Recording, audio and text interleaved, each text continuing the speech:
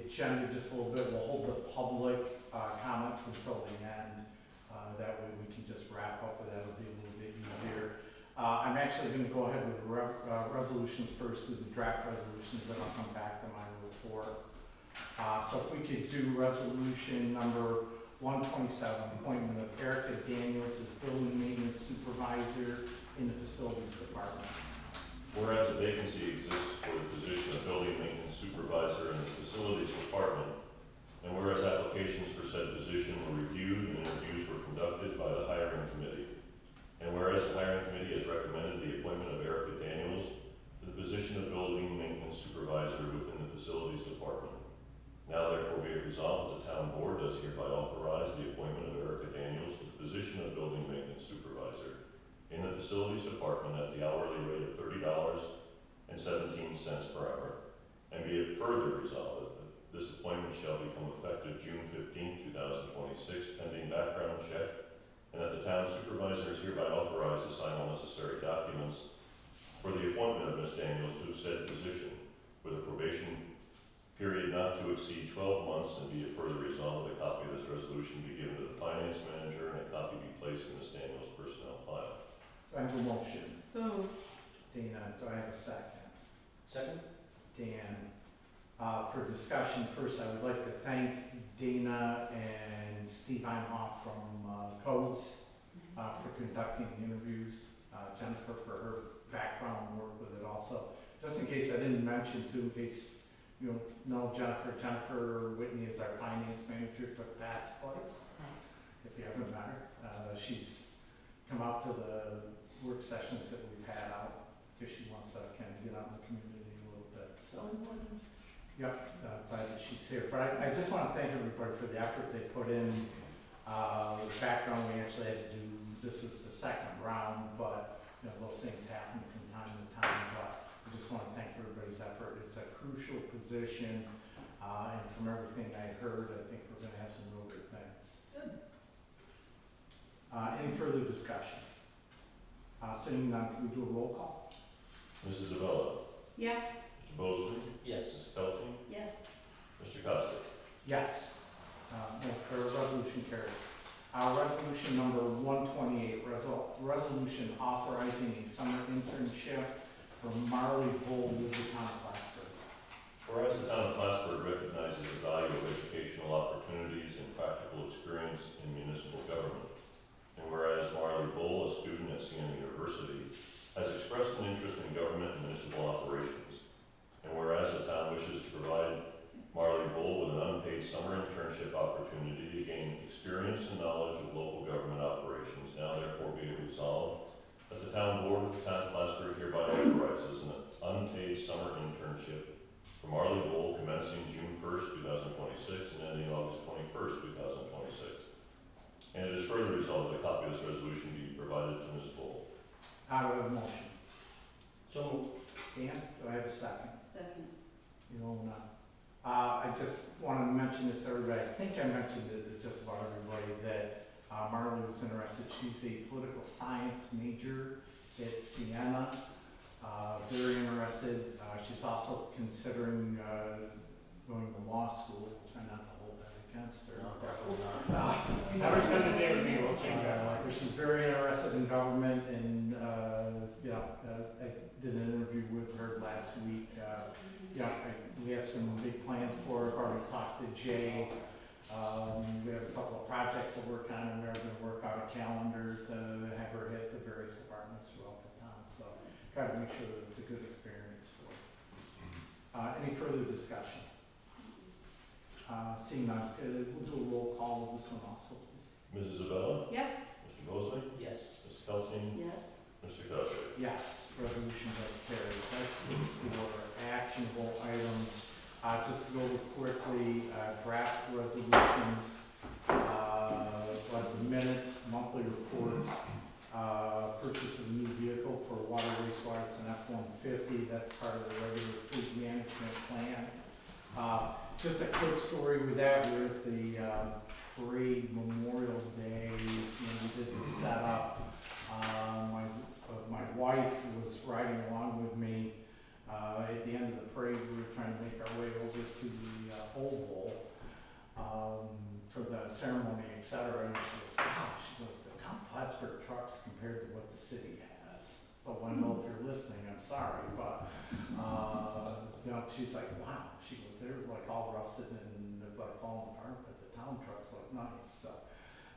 So not only do we try to keep them looking nice, we have found that economically speaking, it is much better to maintain in that 3, 4, 5 year range, get a good trade-in for it, and we actually end up further ahead because of the repairs, et cetera, that are involved. So this is part of that process. We're gonna set a public hearing for local law number 3. We have a license to conduct the Shriner Circus, that's a yearly event.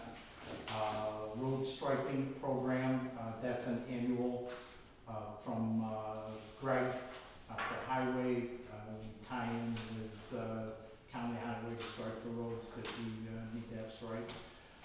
Bobcat accessories for parks and rec. We had some money budgeted for that, plus we're using the proceeds for a trade-in on a older Kubota tractor to pay down some of it. Those are a couple of additional attachments for the new Bobcat skid steer that we purchased in Parks and Recreation. Luck Brothers was the low bidder for the north entrance vestibule project. Just a reminder for everybody that we've had that on the books for a couple of years. It's going to happen this year. The storefront, for lack of better terms, on the north end's coming out. Everything's going to be regraded, new concrete work in there so that it's the proper height, and it will be a handicap accessible entrance like it should have been years ago. But we are trying to do there. We did a little bidder 226, 29. But Rock Brothers was a little better, so we are moving forward with that. And then request to purchase an air compressor that will replace the one that we have in there currently.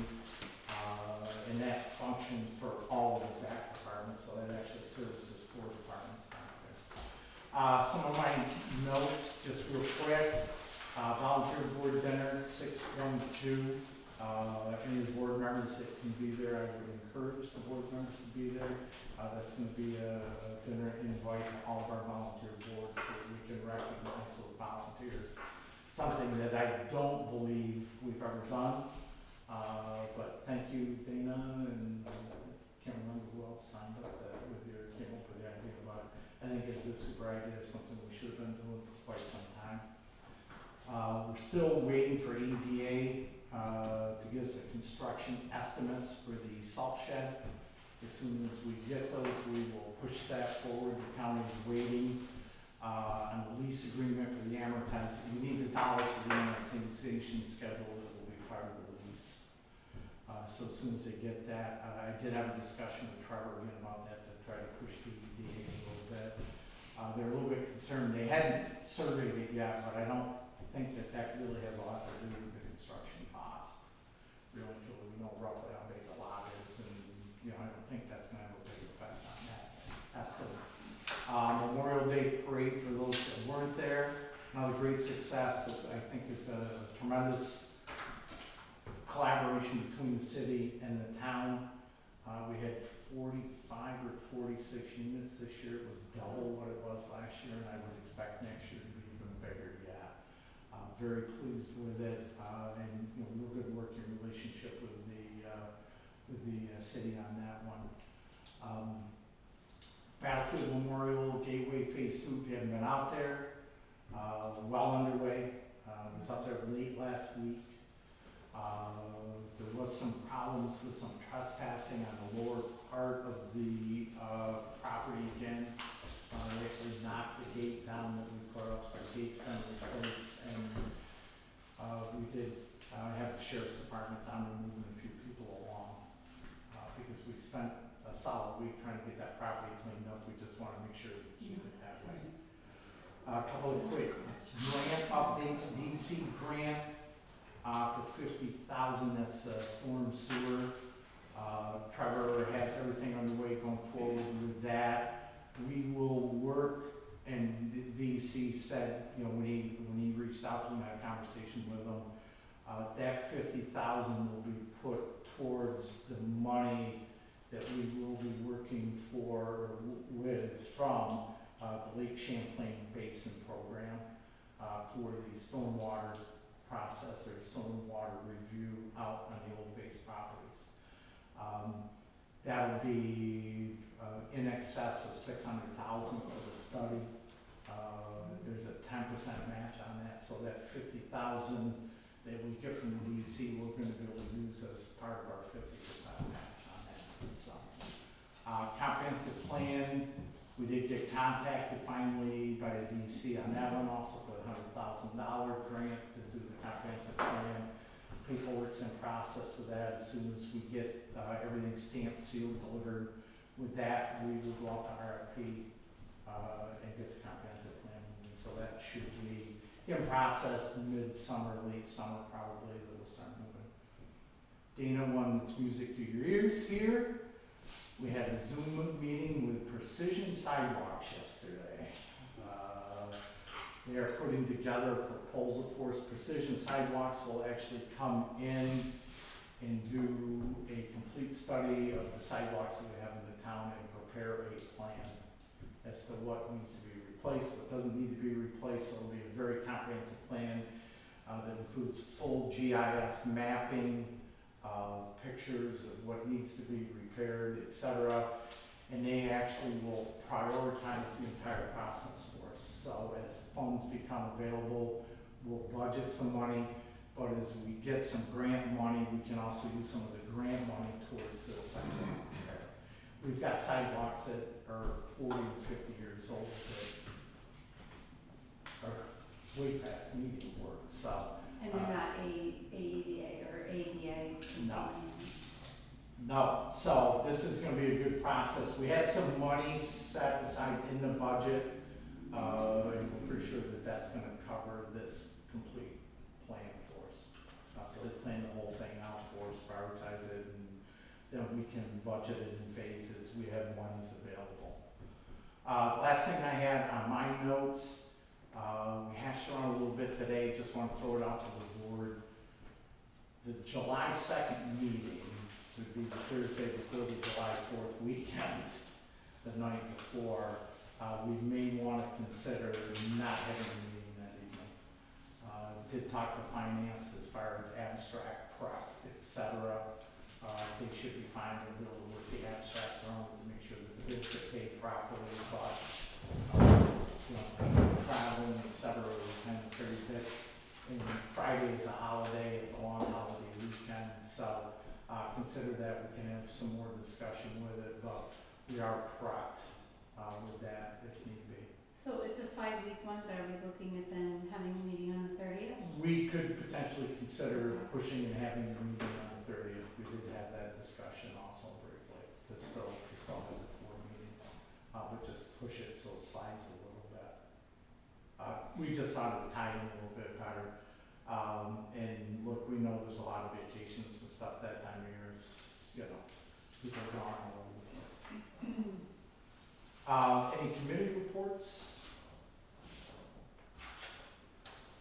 I don't have one. Okay, perfect. So I would open it up to public comments. If we have any questions, I want to thank people for being here.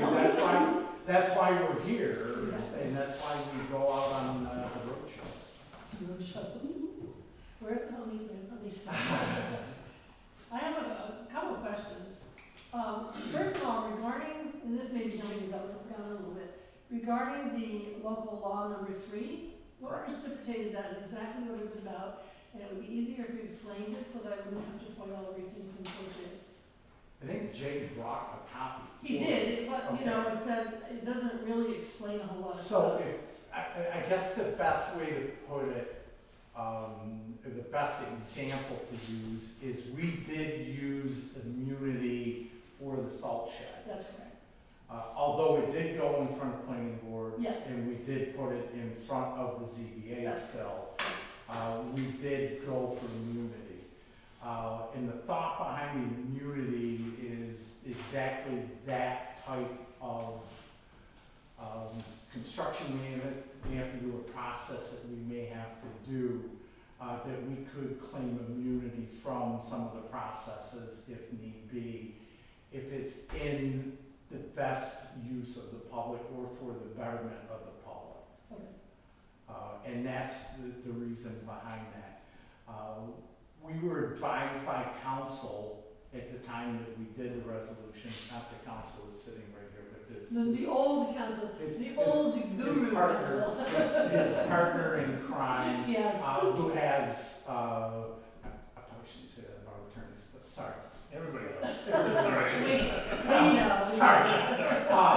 So, Dean had actually suggested it would probably be better, given his past municipal experience, Sure. because he does have municipal experience, that it probably would be best to have, just have local law on the books. Perfect. Save having to do the resolution if we wanted to. Yeah. I mean, as you know, that particular one we put in front of both boards. Yes, We also held a public hearing yes. from this board, which we didn't have to do. But we decided that it would be in the best interest of transparency and the opportunity for the public to bring forth anything they had to bring forth. You know, we want to hear. Okay. So, Also, if you don't mind if I speak first, Did he have a choice? nothing to say, or Bill, can't get a word in edgewise. Oh, I wanted to know, how was the savings on use of salt, 100% salt as opposed to sand salt mix this past year? Do we know? we ran, salt numbers were about dead even. So we used dollar-wise, used just about the same amount of salt. Where the savings really is, cleanup. Yeah. So. Zero coming It, back. it's It was also, there, zero there. Yeah. it's also, this was an earlier winter, lasted a lot longer. It's really hard to compare last year to this year based upon winter. Well, winter, but the comparison that you can make with that is we added 4 runs because Right. a year That's the ago, other thing. it was 3 runs. This year it was 7 of the 9. We have 9 routes that Yep. highway runs for regular plowing. So they, a year ago, ran 3. This year they went to 7.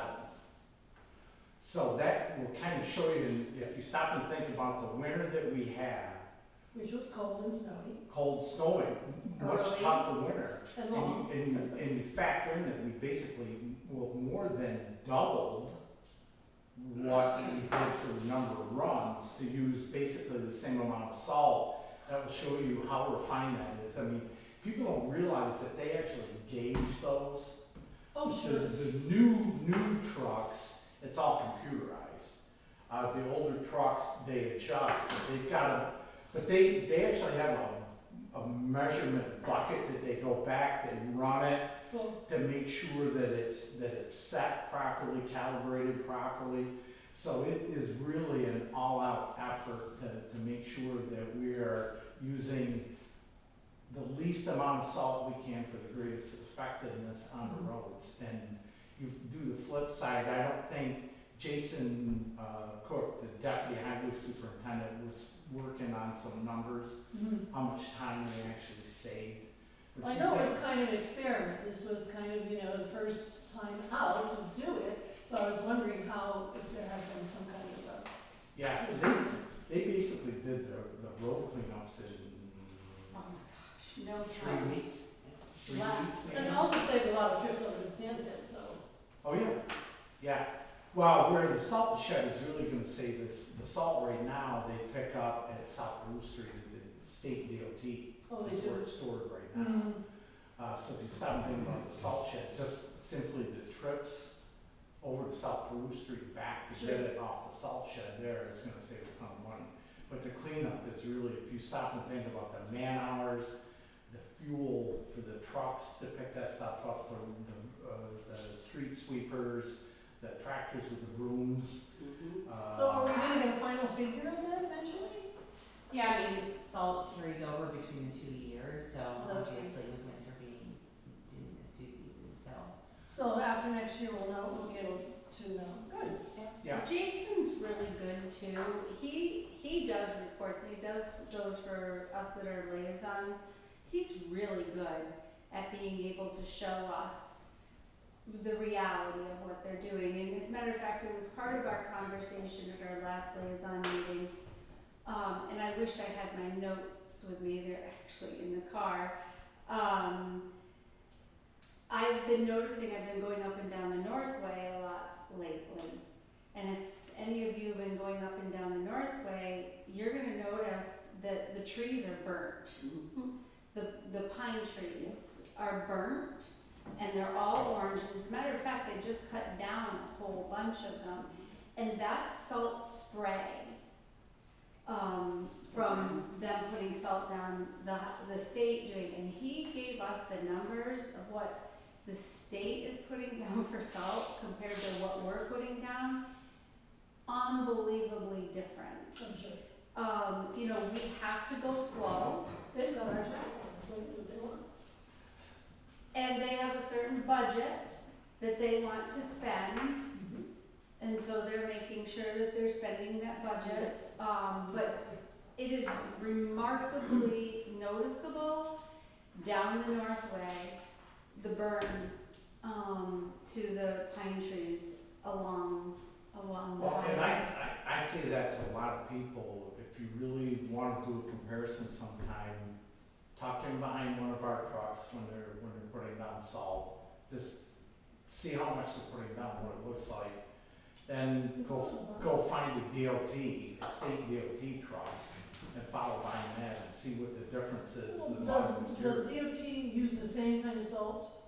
Oh, yeah, because Exactly. because all the salt right now goes into the state DOT shed.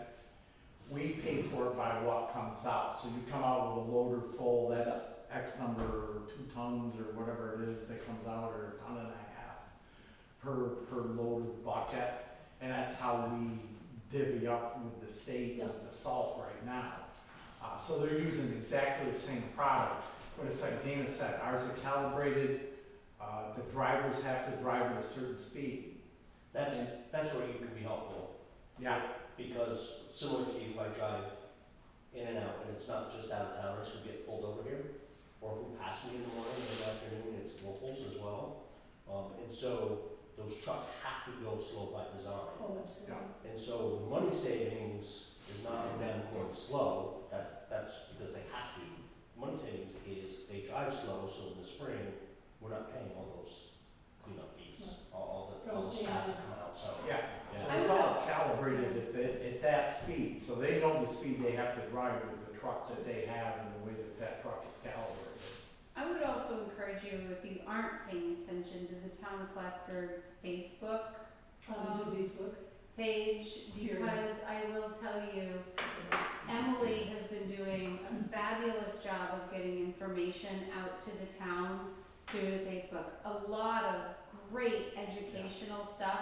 And I know one of the things, we kind of go through the departments, but I know environmentally, the salt pilot program was, yes, started because of cost, but also environmental. We are part of a study around Lake Champlain about how we're affecting runoff into the lake.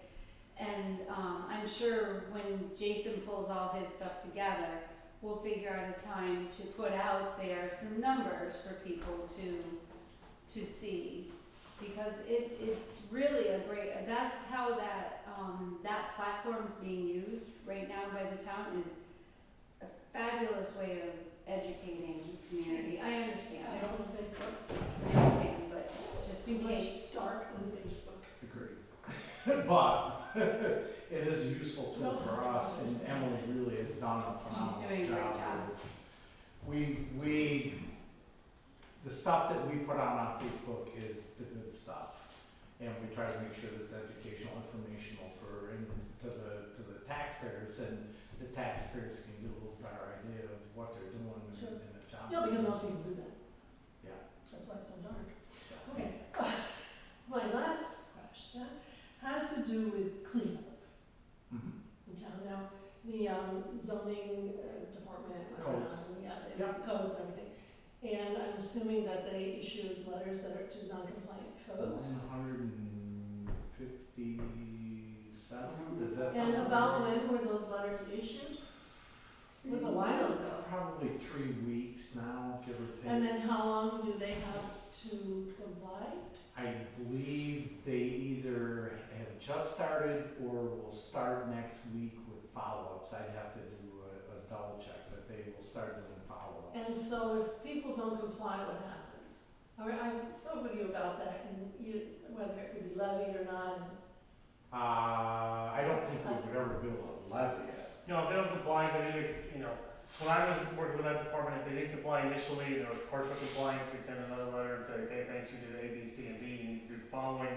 If they've done nothing, a lot of times the codes guys in that department know who they're dealing with, so they kind of know how to get through them. Sometimes we went right to a court citation and ticket, and we started the court process. Sometimes it was another letter with a little bit beefier language. But a lot of times Steve and Alan and Brett knew how to get through whoever we were talking to. So I want to say the letters give them, it's either 21 or 30 days to comply, and then they go back out, they do their second round, they kind of take a look. And usually by then, my recollection, like 3/4 of the people complied. Because I know this is state regs that they're asking you to comply with. And I'm concerned about some garbage that's been around for 6 or 8 months without any compliance. And that could be a county health problem, could it not? Sometimes sometimes that our codes department gets the health department involved when it's warranted. And I know we did at when the motel out here had a lot of potential violations, a lot of them were health department. And the health department codes and laws seem to have more teeth and more enforcement avenues. So when we can get the health department involved, the town usually is very good about doing that. And then that usually has things cleaned up pretty well. Usually garbage compliance is pretty quick and easy. That's one of the easier ones to get done because it's just a matter of, the excuse you get a lot is, I run a junk business, I'm just storing my stuff here. You might see this pile of junk today, and I took that to the dump, and now there's this pile of junk. It's hard to, it's like a parked car, unless you're chalking the tires, if the car moved around the block, So it's one of those kind of things, but the majority of people comply, and when Steve, Brett, and Alan go out and talk to people, the majority of them are good about it, understand. Sometimes people just don't have the wherewithal to comply, so we try to help them a little bit, if possible, but there's always. I know there was some down on Bristol Lane that people were concerned about. And has there been any change there that you know of? That's when you spoke to me about. That was one. Correct. I know that there was a direct conversation. There was. I know that too. Yeah. But any change? Only because I was asked if it was me. No, it's not you. No, I know it is, obviously, there's 4 of us on the street. Well, there's only a couple houses on Bristol Lane. I don't know, I haven't driven by this, but I know there was a tractor-ish vehicle there the last couple of days, so. Well, maybe that's a good thing. It has, not defending them, their neighbors were not tight, before kids, I don't know the scenario, but there's a lot of stuff there, a lot. Yeah. And I believe specifically Brett was working with that one, and I know they were trying to work through some challenges there, but I know that there was, a conversation that was still going on That's with good. that one. So there is some movement there. Yeah, I would say that if you would see anything else within the next couple of weeks, give me a call or something. I will. The garbage one I sent you photos of too, and the garbage is just the same. Okay. I believe that one they had a direct conversation with also along with the letter. So Brett's on them. Good. There's unfortunately several that have gone on in the town, and we'd like to get them all cleaned up, but it's a steady. Well, then you get this one cleaned up, and then one pops over here, so it's kind of. It's kind of like playing whack-a-mole. Yeah, it is. It is, but I think overall they do a good job to get the word out there. Our wish is that everybody would just comply. It's not that easy, unfortunately. And, while it's on my mind, I didn't look at the totals for the assessment, but how's the assessment? How much up is it this year? How much more for the town? Oh, we don't have the final rolls yet. I know you don't have the They had final rolls. agreements, they had But the agreements preliminary done last night. You don't know. No, because and I will throw out a kudos. They can change. I will throw out a kudos to our assessor, whom I think everybody realizes is a county employee.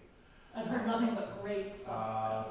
They had somewhere between, I believe, 200 and 250 individual meetings with residents at their office. Oh. 300. Was it 300? Okay. And I believe the other night there was only 12 at the grievance, right? So, which, It was great. I've been talking that up for a month and a half, and to neighbors and friends. And at the end of the day, the story has always been the same. You may leave there not liking what Jeremiah has to tell you, but you'll leave there educated and understanding why it is what it is, and feel better about it. And in a couple of personal instances, they left very happy. I've spoken to maybe a handful of people that have all gone in personally and to be, and not last night, but 2 nights ago, and they were all very, very pleased. Super personable, Very pleased. very friendly, very knowledgeable. no, I think they did a great job with it. And, you know, from our standpoint, from the group here, our job is to make sure that we hold the budget tight, you know, that we maintain that, and the rate should be adjusted accordingly. So we should, you know, be looking at a reduction in the rate if the assessments go up. So we will do everything we can from the budget side of it to make sure that we hold the budget as tight as possible. We can't control what other groups that are taxing entities do. And I didn't say that, I'll leave that to the imagination. You know, but we will do our very best to hold the budget. I will say that this group and the team that I work with and with Jennifer here, she knows that we scrutinize. She gets a lot of questions, and she gets a lot of questions from me about thumbtacks even, but because I'll say was this the best value? Are we doing the right thing? Why can't we do this? And I think we've got a group that is continually looking at where's the better options, there's something else we can do. And the one thing that we've really tried to do, and this goes back to Michael, the supervisor too, is break down some of the silos that used to be there. Where one group would do this, the other group would do this, out of different portions of the town, but the silos are really coming down, and it's like, look, you know, we need to use the power of the entire town when we go out to purchase, when we do any of these things. If somebody else is doing something good over here, let's pull it over to the other side of the house and make sure we're doing something good there. Sure. So we are working hard with that to make sure that we control it. And I will say that the planning department also has done a bang-up job in looking at grants and all those opportunities to offset, you know, any costs that we might have for growth type. And while that department, we're anticipating to grow that department, because we need them to focus quite a bit more on that end of things, Sure. on grants and grant management. Sure. So, yeah. Didn't we used to have a group that did that? Well, we still do, depending on the grant opportunity, we may farm some of that out. And that's why, you know, planning, we do an RFP every year, and then we'll approve a group of consultants, very often engineering, architectural firms, that we will work with. So didn't Phil Carell do something about, didn't he have a group that he did looking for grants and yada yada? Phil may have at one point. A long time ago. Yeah, but that's one of the reasons, I don't know if everybody realizes that we are actually posted right now, a planning technician position. We are growing that department by an individual, and the thought behind that is to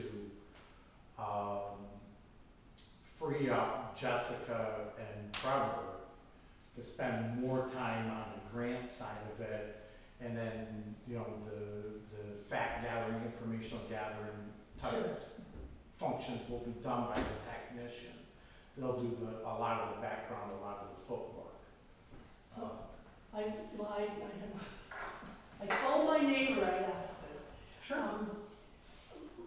neighbor lives at the end of Dead End Street. And, right, his original driveway was not the driveway that he has now. Years ago, his grandmother built a garage and they put in a new driveway right at the end of their property, which is the end of the Dead End Street. And right at the end of their driveway, there's a fire hydrant, which he has an awful lot of trouble backing in and out of his driveway, because he has a truck, doesn't everybody? And he thinks it dangerous. He doesn't, and people try to turn around in his driveway, and he's afraid somebody's gonna hit the fire hydrant. I said, you know, I'm a jump man, but I said, Do you know, Bacon is the last name. what's the last name? Bacon, Do you know what the address is offhand? 3 on Indaka. What? Yeah, 3. And I said, I talked to you about, I said, I don't know if the town has ever moved fire hydrants, if they could move fire hydrants. He said, I don't care if they put it in the front of my, in my middle of my front yard, I just don't want it fixed on the end of my driveway. If it was put in by man, it can be moved. That's it. But Well, the thing is, I'd he's have a- to talk to those guys to see Yeah, what it, I don't know, is it the very end of the line? well then Titherington's farm is right past it. So But, it's kind of the end of the line? okay, but, yeah, what I can do then is I will push it along to water, wastewater tomorrow morning. Good. And maybe Paul Wright probably, He said, you know, if they move it 4 feet one way or 4 feet the other way, he said, like I said, I don't care if they put it in the middle of my front yard, but I just don't want it by my driveway because it could be. yeah, no, I'll push it along to them and see, no, I mean, they can go look at it. And then of course, he's young and he works for a big company, he works for a big company out of Vermont. He drives heavy equipment all the time, you know, he's really good. He said, I can move it if they want me to. And I thought to myself, I don't kind of No, think they they probably can- want you to, but. They can, they can take a look at it, we just have to see where it is in the line, et cetera, but that would be up to them. Yeah. To answer your question, do they move them or can they? Yeah, because I remember when I was fire chief in Katyville, it wasn't Scott Stoddard at that time, it was whoever it was before Scott. I remember having a conversation with them and saying, hey, you know, we have these couple of big apartment buildings here on the corner of Park Road and 3. The closest fire hydrant is back either at the fire station or, you know, like 500 or 600 feet in the other direction. What's the possibility of putting one right there? They put one right there. Well, how long is the hose on a fire truck normally? Well, standard, This one? probably the one that they use, the supply line are gonna hit the hydrant with, Yeah. 1,000 to 1,500 feet. Oh, then you probably could get to Titherington's house from there, or his barn maybe, I don't know. Yeah, You know what I'm talking about, right? yeah, I don't know if From there's the end any- of the street all the way down to Titherington, that's Yeah. a long run. Well, we can have them, you know, they can take a look at it and Okay. see if it's something that's practical. Because he does have water, the fire hydrant is like here, and then his driveway starts, and this little driveway goes up there, his driveway, Titherington's go like that, and he does have water service over, Yeah. you know, across his big ditch and stuff, so Yeah. maybe, I don't know, Yeah. that's up to them. Well, they can take a look at it, Thank you. you know, we at least take a look at it, they may say, no, it's not practical to do it. Exactly, But, hey, they can always take a look at it, and they're real good about it. thank you, thank you. Sure. That's all I got to say. We're good, Bill, good? Perfect. Jen, I'm good. you're good? That's good. Seeing nothing else, we will adjourn the meeting at 6:40 p.m. Going for an executive session, everybody travel safely, and thank you for attending, we do appreciate it. Thank you. Is this the second one? So, This is the second one, we're up in,